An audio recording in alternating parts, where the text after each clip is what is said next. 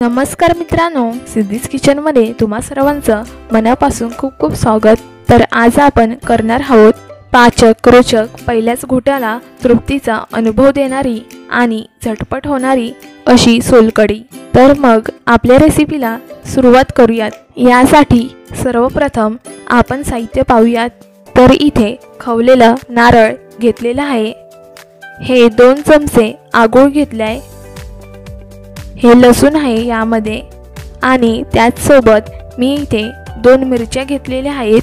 त्यानंतर हे इथे कोथिंबीर घेतलेली आहे मी, आणि हे इथे गरम पाणी घेतलेलं आहे। त्यानंतर आता आपण नारळाचा रस काढून घेऊ। ह्याकरता खोबरं घ्यायचं आहे। तर आता आपण ह्यामध्ये हे लसणीच्या पाकळ्या आणि कोथिंबीर टाकून घेऊ। त्यानंतर हिरव्या मिरच्या मधोमध मोडून ह्याचे 2 भाग करून ह्यामध्ये टाकते।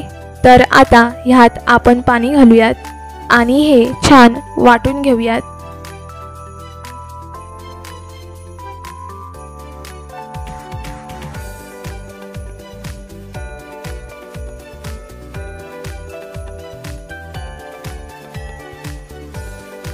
आता आपण हा रस गाळणीतून गाळून घेऊयात।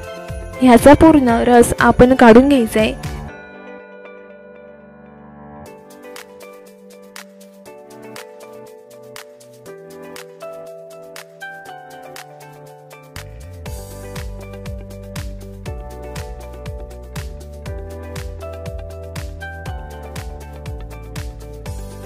आता ह्याच्यात आपल्याला परत थोडं थोडं पाणी घालून ह्याचा अजून एकदा रस काढून घ्यायचा आहे।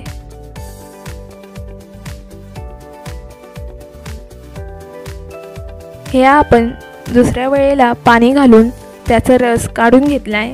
त्यानंतर तुम्ही इथे लक्षात ठेवा की इथे आपल्याला रस पातळ करायचा नाही आहे, त्यामुळे मी इथे मीडियम नारळाचा रस तयार करून घेतलेला आहे। नारळाचा रस काढून घेतल्यानंतर आता आपण ह्यात आगोळ टाकून घेऊ। आगोळ टाकल्यानंतर हे मी इथे मिक्स करून घेते।